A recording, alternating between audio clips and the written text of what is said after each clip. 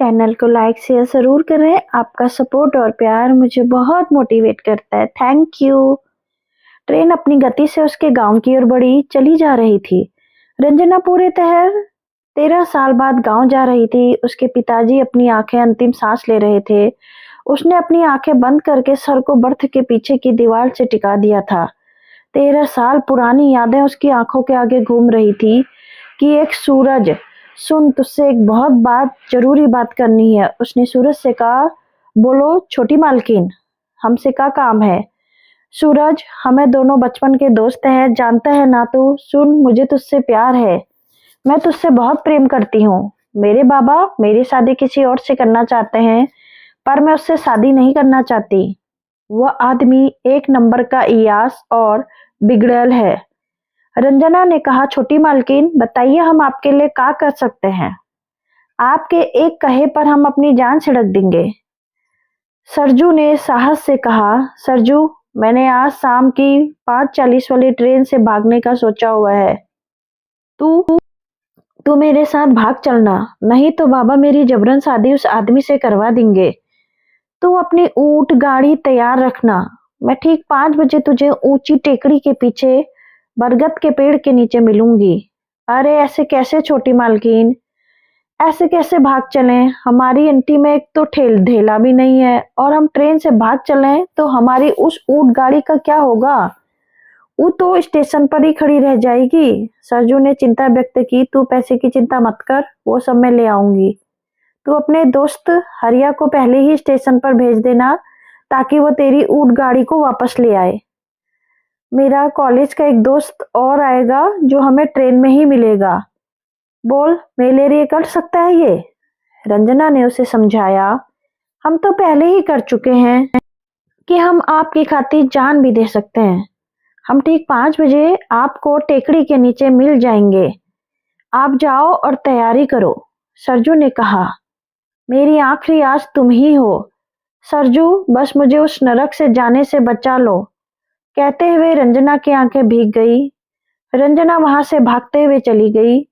सरजू उस पीठ ताकता रहा। ठीक 5 बजे सरजू के ऊंट गाड़ी में रंजना अपने बैग सहित बैठ चुकी थी। सरजू, डर तो नहीं लग रहा है ना? रंजना ने आकांक्षा से पूछा। नहीं, डर काहे को? अब तक आप साथ हो छोटी मालकिन, हमें किसी का डर नहीं है, सरजू ने कहा। और तुम्हारे माई बाबा और तुम्हारी बहन मुनिया, उनका क्या होगा? रंजना ने पूछा। हम माई बाबा और मुनिया को कलवा के साथ अपने ननिहाल भेज दिए हैं। उनका फिक्र नहीं कीजिए, बस जल्दी से स्टेशन पहुंच जाइए। आपके घर पर पता चल गया होगा। आपके चचेरे भाई और मुखिया जी जरूर स्टेशन की तरफ आएंगे। उससे पहले हमें ट्रेन पकड़नी है। सरजू ने उड़गाड़ी भगाते हुए कहा। स्टेशन आने ही वाला था। रंजना सरजू से कहा, सरजू याद है बचपन में हम दोनों ने एक एक वादा किया कि जिंदगी में एक बार एक दूसरे से कोई एक चीज जरूर मांगेंगे और सामने वाला मना नहीं करेगा। हाँ छोटी मालकिन, हमें याद है। एक वादा मेरा, एक वादा आपका। सरजू ने कहा, सरजू आज वो दिन आ गया है। मैं अपना वादा मांग रही हूँ। सुनो, मैं तुम्हारे साथ नहीं भाग रही हूँ। ट्रेन में मेरा दोस्त आ रहा है जो शहर में मेरे साथ पढ़ता था। मैं उससे प्रेम करती हूँ और उसके साथ ही भाग रही हूँ। इसके लिए मुझे माफ कर देना, तुम्हें झूठ बोलकर यहाँ लाई हूँ। मैं जानती हूँ मेरे जाने के बाद मेरे घर वाले तुम्हें बहुत तंग करेंगे, पर तुम कैसे भी अपने आप को बचा लेना। मैं फिर आऊंगी तुमसे मिलने। तुम अपने दोस्त हरिया के साथ यहाँ से बचकर भाग निकलना।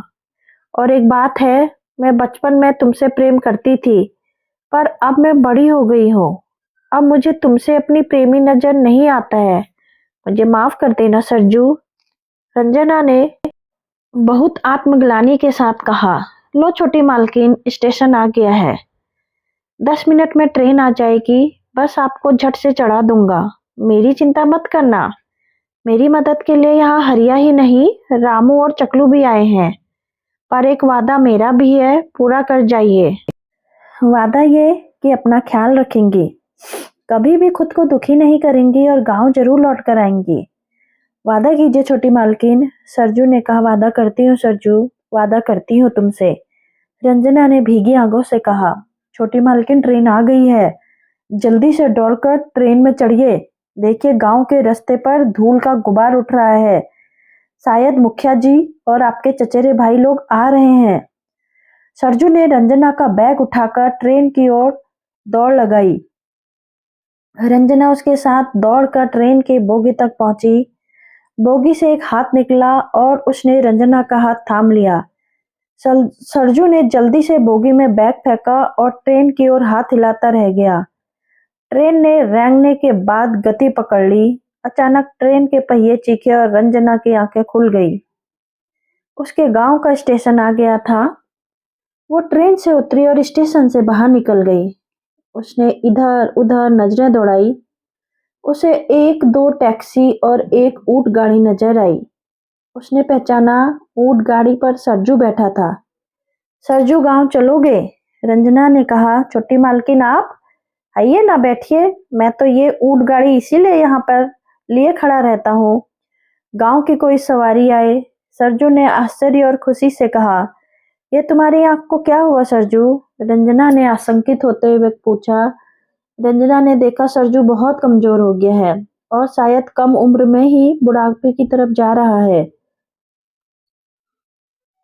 ये एक लंबी कहानी है छोटी मालकिन, फिर कभी बताएंगे। आप गाड़ी में बैठिए, नहीं तो अंधेरा गहरा जाइए। संजू ने रंजना का बैग गाड़ी में रखते हुए कहा। कुछ देर की खामोशी के बाद रंजना ने पूछा, सरजू मेरे जाने के बाद क्या हुआ था और तुम हरिया के साथ रामू और चकलू को लेकर क्यों आए थे? कुछ देर की खामोशी के बाद सरजू बोला, छोटी मालकिन हम हरिया, रामू और चकलू को साथ इसलिए लेकर आए थे क्योंकि हम जानते थे कि आप हमारे साथ नहीं किसी और के साथ भाग रही थी और वो तीनों हमारी जान की रक्षा करेंगे। और तुम्हें मालूम था? तुम्हें कैसे पता चला? और फिर तुमने ये जानते हुए भी हम किसी और के साथ भाग रहे हैं अपनी जान को जोखिम में क्यों डाली? रंजना ने चकित होते हुए पूछा। आपने हमको एक लेटर पोस्ट करने के लिए दिया था, वो आपने जल्दीबाजी में सही से चिपकाया नहीं था, वो हमने पढ़ लिया था। आप चौंके नहीं। मुझे पता है कि आप केवल ये जानती हैं कि हम अनपढ़ थे, लेकिन हमारी बहन मुनिया ने हमें पढ़ना लिखना सिखा दिया था। पर आपने हमें कहा कि आपको हमारे साथ भागना है तो हम समझ गए थे कि आपको हमसे मदद मांगनी चाहती हैं और हमने आपको भरम में रहने दिया कि हमें कुछ भी पता नहीं है। रहा आपकी मदद की बात, तो आपने कहा था ना आपकी जिंदगी का सवाल है, तो हम आपकी जिंदगी बचाने के लिए ऐसी कई जान कुर्बान कर सकते हैं। सरजू ने कहा, लेकिन मेरे लिए क्यों? रंजना ने हाथों से पूछा। क्योंकि हम आपसे प्यार करते थे। सरजू ने गहरी सांस के साथ कहा। कुछ देर खामोशी छाई रही। वातावरण में मिट्टी और धुआं का मिला जुला धुंधलकर छा रहा था। तुम्हारी आंख को क्या हुआ? रंजना ने काफी देर बाद सवाल किया।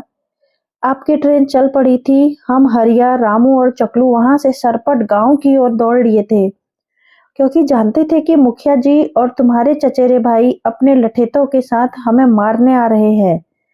हम जल्दी गांव पहुंचना चाहते थे ताकि गांव वाले हमें जान से मार देने से बचा ले। पर हम गांव से कुछ दूरी पर ही थे कि हमें घेर लिया गया और लाठियों से हमें मारने लगे। हमें बहुत मारा और एक लाठी मेरी आंख पर पड़ी और मेरी आंख फूट गई। गांव में ये खबर आग की तरह फैल गई। पूरा गांव इकट्ठा होकर आ गया और हमारी जान बचाई। गांव वालों ने तर्क दिया कि छोटी मालकिन खुद किसी और के साथ भागी है। ये तो अपना पेट पालने के लिए ऊंट गाड़ी चलाता है, इसमें सरजू का कोई कसूर नहीं है। आपके घर वाले हमें छोड़कर चले गए, पर मुखिया जी ने पंचायत बुला दी और ये दलील दे दी कि मैंने उनकी बेटी को भागने में मदद की है। इससे गांव की नाक कट गई है, इसलिए मेरी जमीन मुखिया जी को सुपुर्द कर दी जाए, क्योंकि गांव की इज्जत का सवाल था और बड़े मालिक से पंचायत डरती थी, इसलिए फैसला बड़े मालिक के हक में हो गया और हमारी जमीन मुखिया जी को दे दी गई और हम अपने इसी ऊंट गाड़ी से अपना और अपने परिवार का पेट पालने लगे। सरजू का सारा किस्सा कह सुनाया। ओ सरजू, हमें माफ कर दो, इन सब की जिम्मेदार मैं हूँ। मुझे दुख है, मेरे कारण तुम्हारी आंख और खेत दोनों चले गए। रंजना ने बहुत दर्द में कहा। कुछ देर खामोशी रही। तुम्हारे बच्चे कितने हैं? रंजना ने पूछ लिया। छोटी मालकिन, हमारी आंख फूट गई है, जमीन चली गई है, तो हमें अपनी बेटी कौन देता? कुछ रिश्ते भी आए हैं, पर बड़े मालिक और आपके चचेरे भाइयों ने उन सबको डराकर भगा दिया कि अगर अपनी बेटी से ब्याही दी तो हम अपनी बेटी के भागने का बदला तुम्हारी बेटी से ले लेंगे। और उसके बाद कोई रिश्ता नहीं आया हमारे लिए। और हमारी बहन भी कुंवारी बैठी है, उसके लिए भी कोई रिश्ता नहीं आ रहा है। सब पूछते हैं बड़ा भाई कुंवारा क्यों बैठा है, पर हम अपनी जिंदगी में खुश हैं। हमें कोई मलाल नहीं है। छोटी मालकिन, आप खुश और सुखी हैं ना? सरजू ने मासूमियत से पूछा। सरजू, मैं अब तक तो खुश थी, पर आज बहुत दुखी हो गई हूँ। मैंने तुम्हारी जिंदगी बर्बाद कर दी है। रंजना की पलकें भीगी। छोटी मालकिन, गांव आ गया है, पर आपको यहीं उतरना होगा। हम बड़े मालिक के सामने कभी नहीं जाते हैं, सरजू ने बताया। सरजू, मैं भी पिताजी को बिना बताए आई हूँ। मुझे माँ ने सूचना मिली कि पिताजी अंतिम सांस ले रहे हैं और मुझे बहुत याद कर रहे हैं। सुनो, मैं कुछ कर सकती हूँ तुम्हारे लिए, रंजना ने भावुक होकर कहा। छोटी मालकिन, हमारी बहन के लिए कोई रिश्ता हो तो बताइएगा। हमरे कारण वो घर से बिन ब्याही बैठी है, आपका बहुत उपकार होगा। सरजू ने मन की व्यथा कही। मैं जरूर उसकी शादी करवा दूंगी सरजू। अब मैं चलती हूँ, तुमसे फिर मिलूंगी। रंजना मरे कदमों से खुद को गुनहगार समझते हुए अपनी हवेली के रास्ते की तरफ मुड़ गई। सुबह सुबह ही हवेली से बुलावा आया था कि सरजू को बड़े मालिक ने याद किया था। सरजू के माता पिता बहुत घबराए हुए थे कि अब क्या मुसीबत आने वाली है। पहले ही क्या कम दुख दिए हैं। मुखिया जी ने सरजू अकेले जाना चाहता था, पर हरिया जिद करके उसके साथ हो लिया। हवेली के दालान में मुखिया जी एक बड़े तख्त पर लेटे हुए थे। मरणासन स्थिति में मुखिया बड़े दयनीय लग रहे थे। चाकर उनके आसपास सेवा के लिए तैनात थे। बड़ी मालकिन उन्हें हाथ पंखा झिला रही थी।